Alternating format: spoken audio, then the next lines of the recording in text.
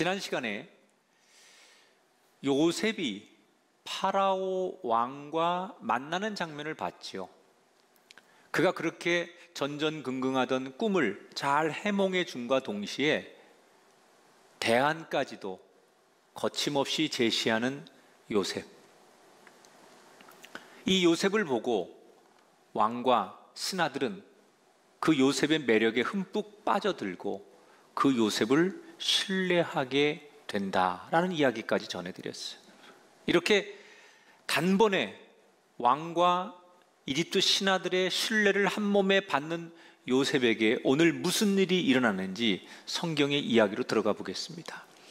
오늘 성경 37절 38절에 보니까 바로와 그의 모든 신하가 이 일을 좋게 여긴지라 바로가 이르되 이와 같이 하나님의 영에 감동된 사람을 우리가 어찌 찾을 수 있으리요. 파라오 왕이 지금 요셉을 보면서 하는 말이에요. 뭐라고요?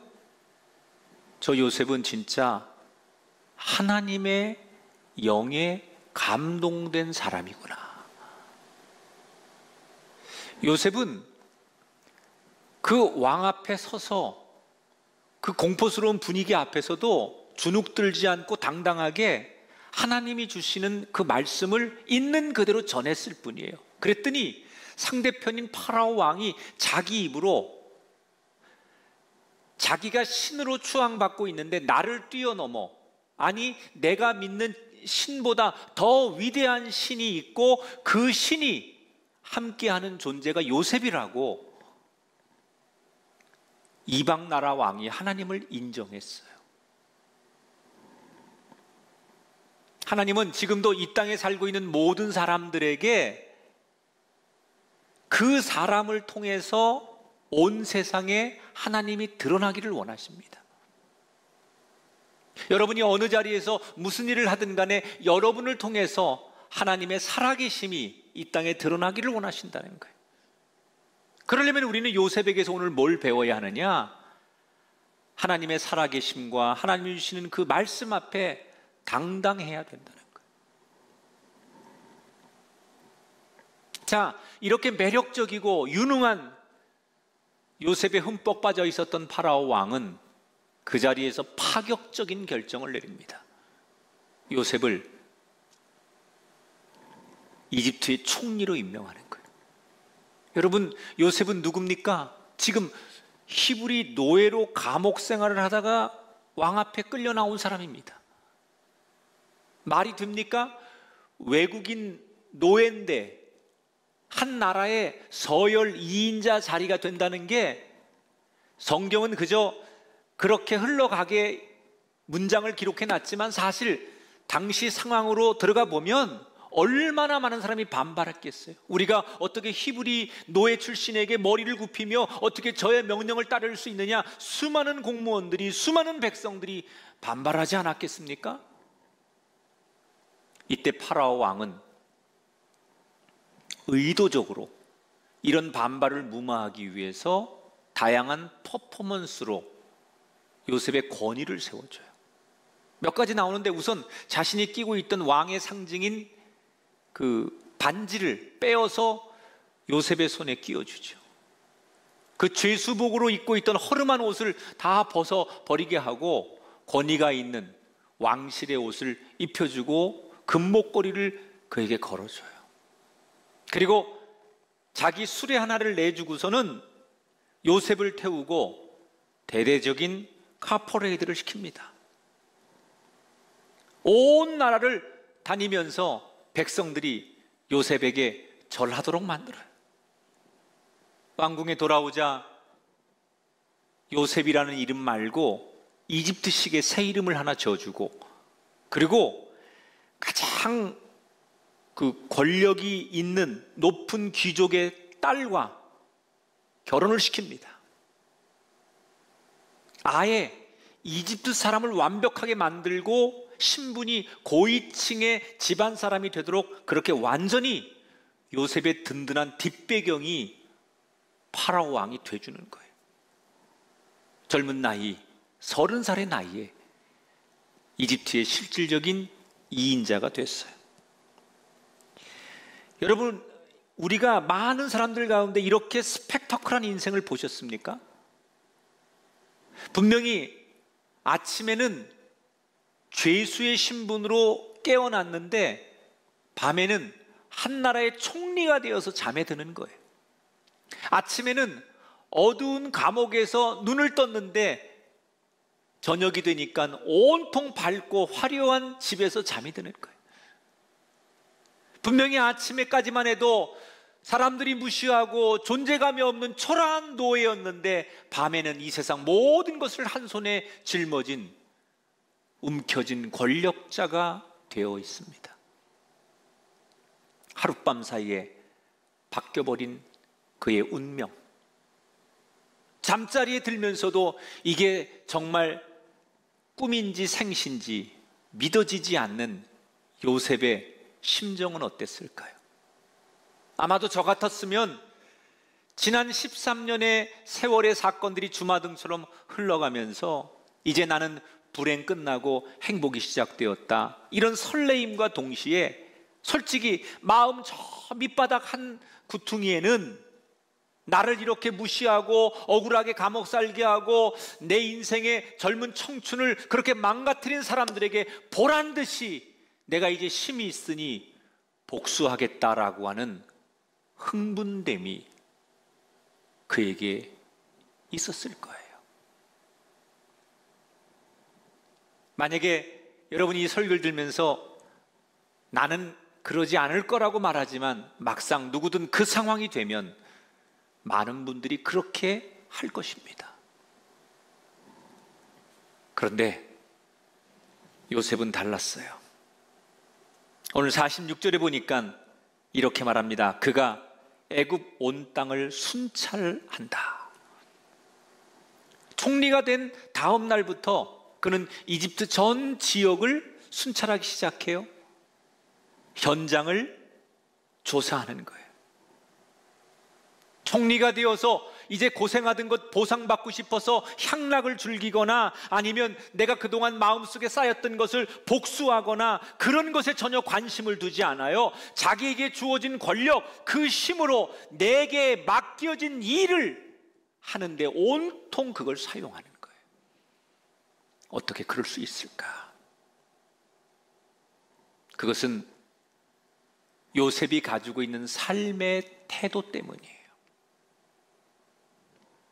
여러분, 요셉의 인생을 더듬어 보면 아버지 집에 있을 때나 자기 형들과의 그 생활을 할 때나 보디발 집에 와서 노예 생활을 하거나 억울하게 감옥 생활을 할 때 늘 일관된 게 있어요.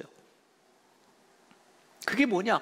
어디에서 어떤 상황에서 누구를 만나도 이 요셉의 삶의 가장 중요한 근본적인 태도는 하나님을 인생의 목적으로 삼았다는 거예요. 어느 한순간도 우선순위가 자신의 야망이나 자신의 목적을 이루기 위해 사는 것이 아니라 내 인생의 모든 것이 하나님의 영광이고 하나님을 드러내기 위해서 사는 것, 이것이 요셉이 가지고 있는 삶의 태도예요. 어느 날 꿈과 같은 총리가 되었지만 그 자기가 가지고 있는 삶의 고유한 목적, 삶의 태도가 그를 붙들고 있었기 때문에 그는 흔들리지 않고 그렇게 할 수 있었던 거예요. 감정을 가진 사람인데 요셉이라고 복수하고 싶지 않았겠습니까? 불현듯 그런 생각이 올라왔을 거예요. 그런데 이겨냈을 뿐이죠. 그럼 어떻게 요셉은 복수하고 싶고 남들에게 과시하고 싶은 그 감정을 극복할 수 있었을까? 오늘 성경에 그냥 휙 하고 지나갈 만한 한 구절에 작은 힌트가 들어있어요. 자, 성경을 볼까요? 51절 52절입니다. 요셉이 장남의 이름을 므낫세라 하였으니 하나님이 내 모든 고난을 잊어버리게 하셨다 하며 차남의 이름을 에브라임이라 하였으니 하나님이 나를 번성하게 하셨다. 총리를 지내는 도중에 두 아들을 얻습니다. 근데 이름을 짓는 거예요. 첫 번째 아들을 므낫세, 잊어버렸다. 지난 모든 과거를 다 잊었다. 내려놨다. 내가 지난 시간의 한과 억울함과 내 젊음에 대한, 청춘에 대한 아쉬움, 이런 거 다 지나갔으니 잊어버렸다, 잊어버리겠다, 그런 고백이 담긴 자기의 삶의 하나의 태도와 고백을 담은 그 이름을 아들에게 줘주는 거예요. 둘째 아들이 태어났는데 둘째 아들에게는 번성함을 뜻하는 에브라임이라고 정해줬어요. 하나님이 나한테 복을 주셔서 지난 괴로움을 잊게 하더니 이제는 하나님의 손에 의해서 내가 번성하게 되었다. 므낫세, 에브라임. 그런데 나를 고난도 잊게 하시고 또 번성하게 한다라는 이 뜻에 중요한 주어가 있어요. 누가 이렇게 만드냐는 거예요. 고난도 잊어버리게 하시고 과거도 보상해주고 새로운 번성도 주시는 하나님, 고난을 참고 견뎠더니, 고통을 참고 견뎠더니 보상해 주시는 하나님, 하나님이 그렇게 한다는 거예요.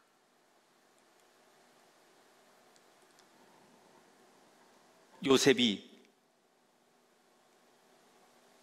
기쁜 순간에도, 가장 흥분된 순간에도 절대로 자기 가슴 속에서 잊어버리지 않는 한 가지가 있었어요. 이 모든 것을 하나님이 하셨습니다.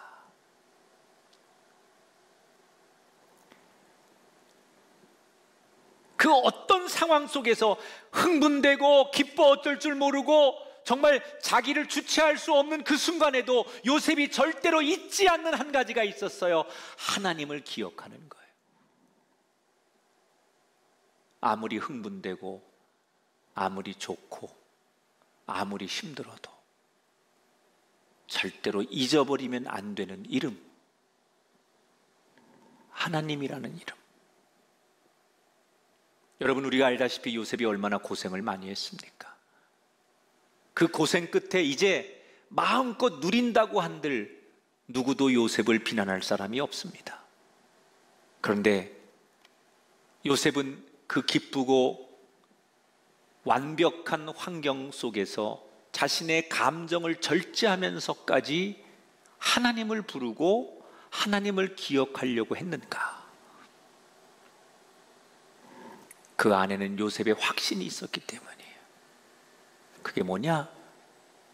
진짜 성공은 사람들이 내 이름을 연호하고 내가 사람들 앞에서 높은 자리에 서서 있기 때문에 성공한 것이 아니라, 진짜 성공은 세상을 다스리시는 하나님이 나와 함께 할 때 그게 진짜 성공이다. 요셉은 이걸 믿었던 거예요. 아무리 사람들이 나를 두려워하고 나를 부러워해도 그게 성공이 아니라 하나님이 나와 함께해야만 그것이 진짜 성공이다라는 것을 확신했기 때문에 어떤 상황에서도 하나님의 이름을 기억하려고 했다는 거예요. 그래서 요셉은 내 기분을 풀고자 향락과 복수의 삶을 허비할 수 없었던 거예요.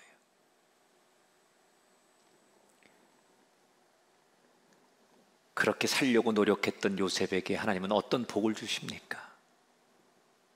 기껏 한 시대에만, 어떤 사람들에게만 인정받고 부러움의 대상이 되는 그런 작은 성공을 넘어서 하나님이 그 이름을 영원히 빛나도록, 다시 말하면 누구도 넘볼 수 없는 진짜 성공의 삶으로 만들어 주셨다는 거예요. 우리가 살아가는 이 시대를 많은 전문가들이 위기의 때라고 말합니다. 아니면 뭐 절망의 때, 이런 말을 요즘 많이 했어요.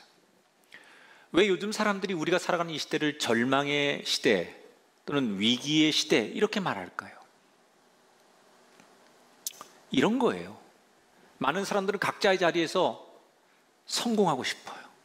행복하고 싶어요. 인정받고 싶어요. 그리고 누리고 싶어요.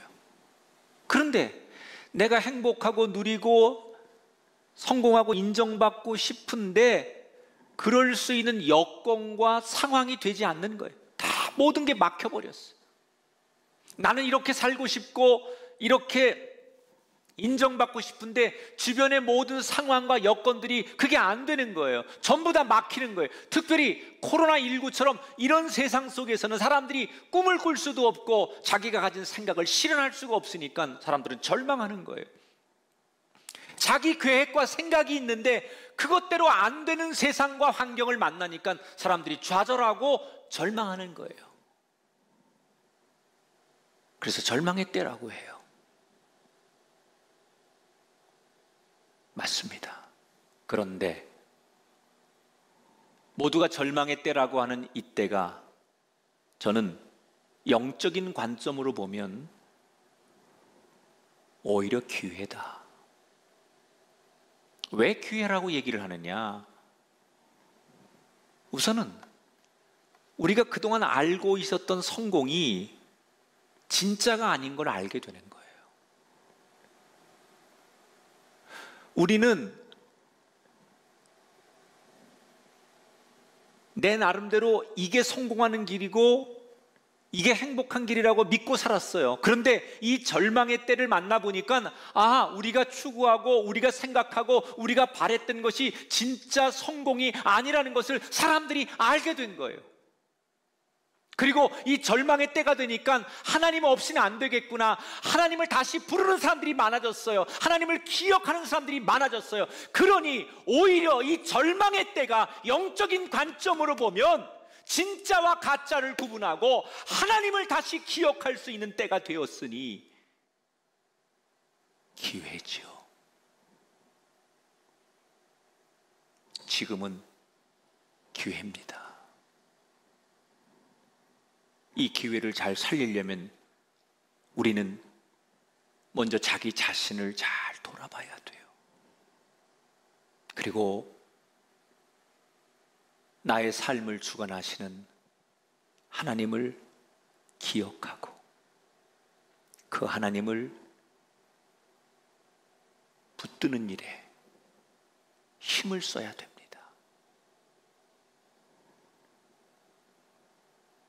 그동안 우리는 성공을 위해 열심히는 달렸지만 하나님을 기억하려고 하지 않았습니다.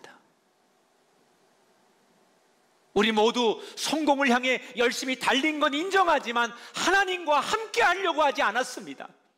내 감정, 내 기분을 만족시키는데 노력을 했을 뿐이지 하나님을 기억한다든지 하나님과 동행하려고 하지 않았다는 거예요. 다시 말하면 우리는 그저 한 시대 반짝거리는 성공을 향해 달려온 것이지 영원히 빛나는 하나님이 열어주시는 진짜 성공을 향해 걸어왔던 게 아니라는 거예요.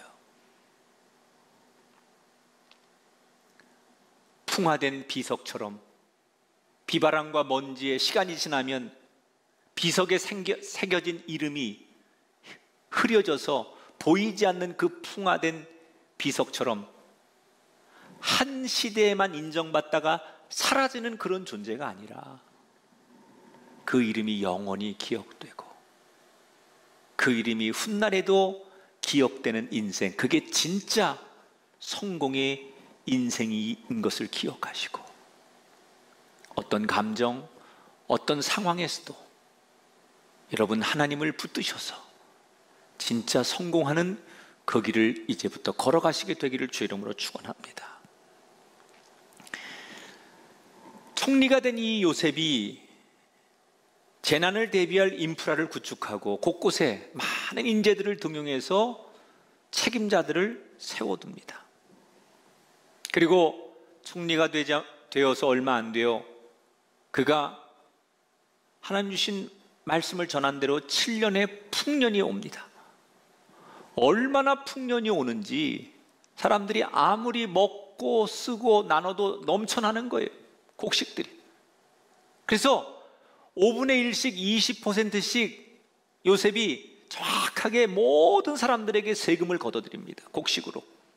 그런데도 사람들은 너무너무 먹을 것이 많고 풍년이니까 까짓것 5분의 1을 줘도 괜찮다고 생각해서 다 사람들이 기분 좋게 세금을 내는 거예요.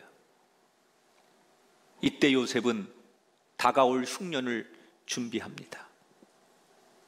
여러 가지 제도를 마련하고 곡식이 남아도니까 남는 곡식들을 나라에서 전부 사들입니다. 그래서 곳곳에 창고를 짓고 그리고 곡식들을 차근차근 모아두기 시작하는 거예요. 어느덧 7년의 풍년이 끝나고 흉년이 시작됩니다. 이때 이미 준비된 대로 요셉이 계획한 대로 재난부터 딱 선포하고 백성들이 양식이 점점 떨어지고 없으니까 그동안 모아뒀던 창고를 열고 싼 값에 이 곡식을 팔기 시작하는 거예요. 그러니까 싼 값에 곡식이 공급이 되니까 이집트 땅에 아무리 흉년이 들어도 굶어 죽는 사람이 없는 거예요. 자, 성경이 여기까지 쫙 우리들을 인도하다가 갑자기 성경에서 무대가 갑자기 이집트 땅에서 가나안 땅으로 바뀌어요. 가나안 땅에 누가 있죠? 요셉의 아버지 야곱과 그의 아들들이 살고 있는 거예요.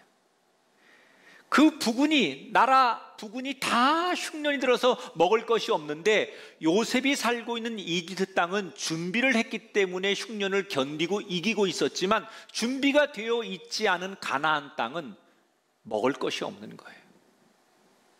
버티다 양식이 바닥이 나니까 어느 날 아버지 야곱이 젊은 아들들을 불러놓고 꾸지람을 합니다. 양식이 다 떨어졌는데 다른 사람들은 양식을 구하러 이집트 땅도 갔다 온다고 하는데 너희 젊은 녀석들은 도대체 뭐 하는 거냐?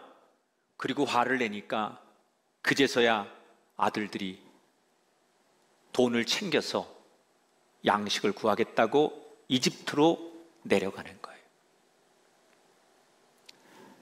이때 아버지가 막내 베냐민은 못 가게 합니다.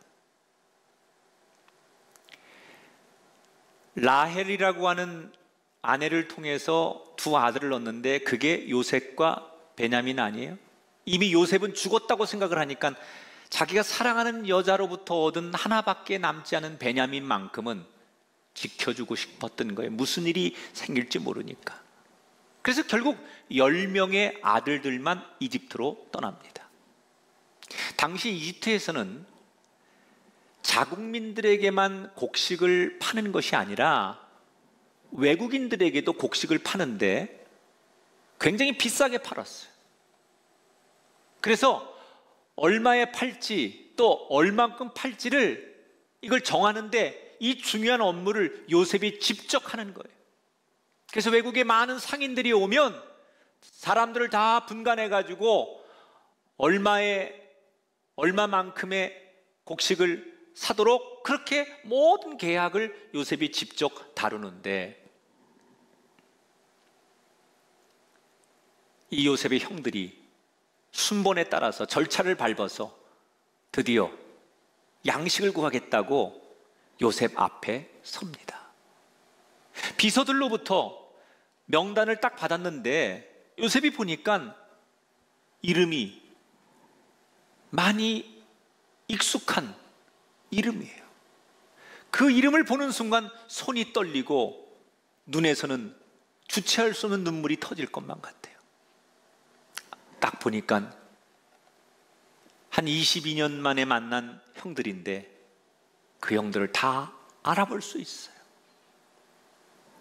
제일 먼저 그의 머릿속에 스쳐 지나간 생각이 뭐냐? 17살 때 자기가 꾸었던 꿈, 그 들판에서 자기 곡식단 앞에 형들의 곡식단이 절하는 꿈, 그때는 그 꿈 때문에 모욕을 당하고 망신을 당하고 욕을 먹었지만 세월이 지나서도 여전히 그 꿈을 이루시는 하나님의 놀라운 섭리를 보면서 요셉은 다시 한번 하나님의 위대하심을 찬송할 수밖에 없었어요.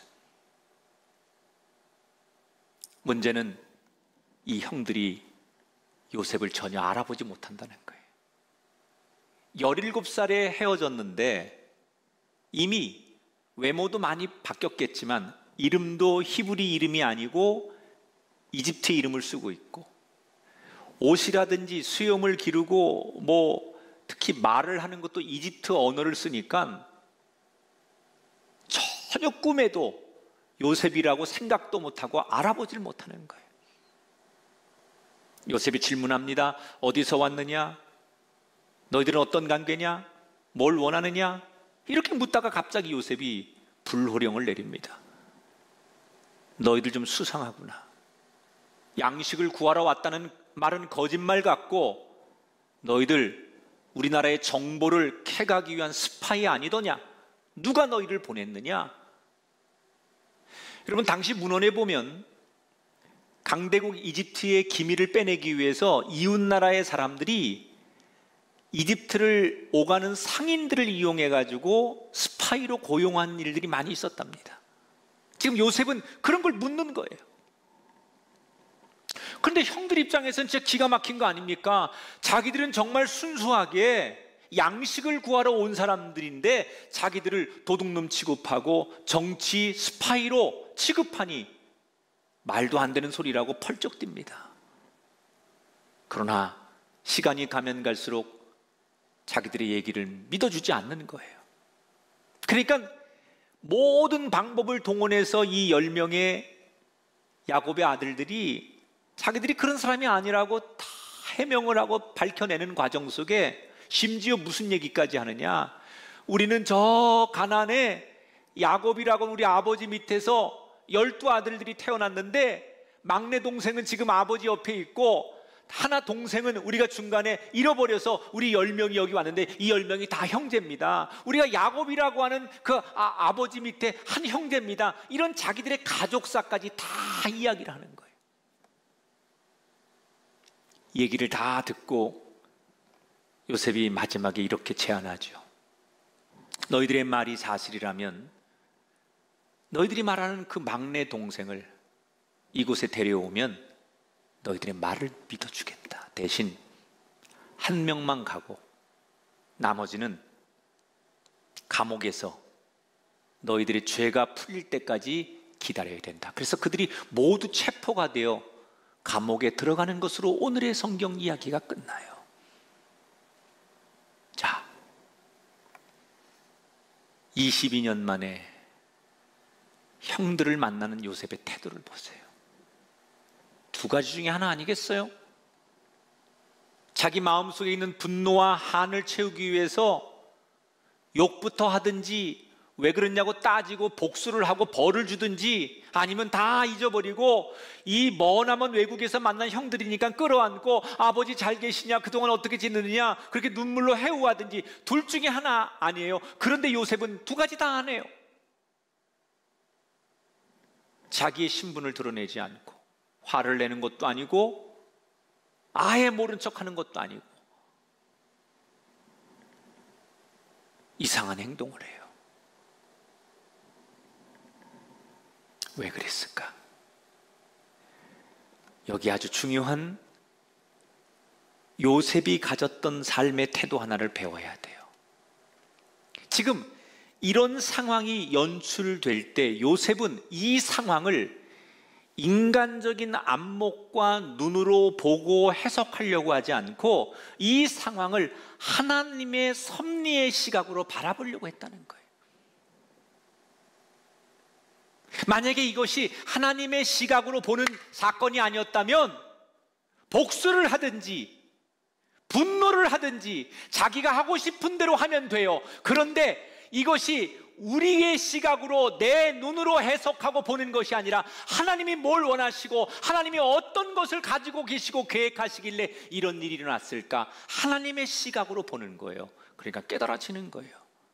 아, 하나님이 우리 가정을 온전하게 구원하시려고 그래서 나를 먼저 여기에 보내신 거구나. 그래서 나를 이렇게 이런 과정을 통해 여기에 세우신 거고 형들을 만나게 하신 거구나. 하나님이 우리 가정을 온전하게 회복하게 하시려고 하는 거구나. 그러면 하나님이 우리 가정을 온전하게 진짜 성공, 행복한 가정을 만드시려고 한다면 뭐가 필요할까? 먼저 해결해야 될 게 있는 거예요. 그게 뭐냐? 우리 안에 팽배하게 놓여있는 불신, 서로가 미워하는 미움의 벽, 불화, 다툼, 이런 죄의 문제를 해결해야 돼요.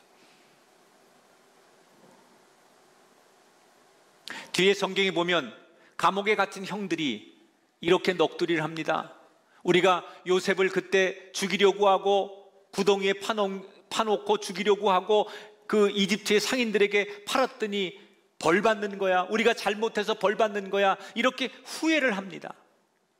다시 말하면 요셉이 형들을 감옥에 넣어둔 순간 그들은 많은 생각과 함께 자기들도 모르는 사이에 지난날에 자신들이 벌려놓은 일에 대한 회개를 한다는 거예요. 그 기회를 주는 거예요.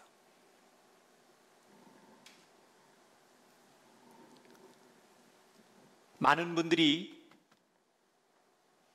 내가 성공하고 싶고 내가 잘 되고 싶은 이유 가운데 하나가 우리 가정을 행복하게 하기 위해서, 또 많은 분들의 기도 제목 가운데 공통적으로 내놓는 기도 제목은 우리 가정이 잘 되는 것, 이걸 많은 분들이 공통적으로 가지고 있어요. 그래서 지금도 부모님들이 새벽부터 저녁까지 피곤을 이겨가면서 일하는 것도 가족을 위한 것이고, 교회마다 새벽마다 나와서 가족을 위해, 부모님을 위해, 자녀를 위해 눈물로 기도하는 것도 다 가정을 위해서 하는 일이에요. 그러니까 이 땅의 모든 사람들은 내가 속한 가정이 잘 되길 바라고 우리 가족이 다 행복하기를 원하는 게 모든 사람들의 관심사라는 거예요. 그런데 여기서 저는 여러분에게 한번 묻고 싶은 게 있어요. 무엇이 진짜 우리 가정이 잘 되는 가정일까? 흔히 잘 먹고 잘 살면 우리 가정은 성공한 가정이고 축복받은 가정이라고 말할 수 있는가? 아니라는 거예요. 우리가 진짜 잘 되는 가정이 되려면 그 안에 하나님이 계셔야 합니다. 임마누엘의 하나님이 우리 가정 안에 함께 하셔서 우리를 돌봐주시고 우리를 복 주실 때, 그런 가정이 될 때 그 가정은 비로소 행복한 복받는 가정이 되는 거예요. 그런 의미로 우리의 과정을 다시 돌아보면 정말 우리는 지금까지 잘 되는 행복한 가정의 길을 제대로 걷고 있었는 거 맞는가? 하나님을 잊어버리고 우리끼리만 잘 되는 가정, 하나님 없이 우리끼리만 행복하려고 하는 가정, 이런 것들을 꿈꿔왔으면서 감히 우리는 입으로는 찬송을 부르고 하나님을 들먹거리면서 하나님의 복을 구하고 있지는 않은가?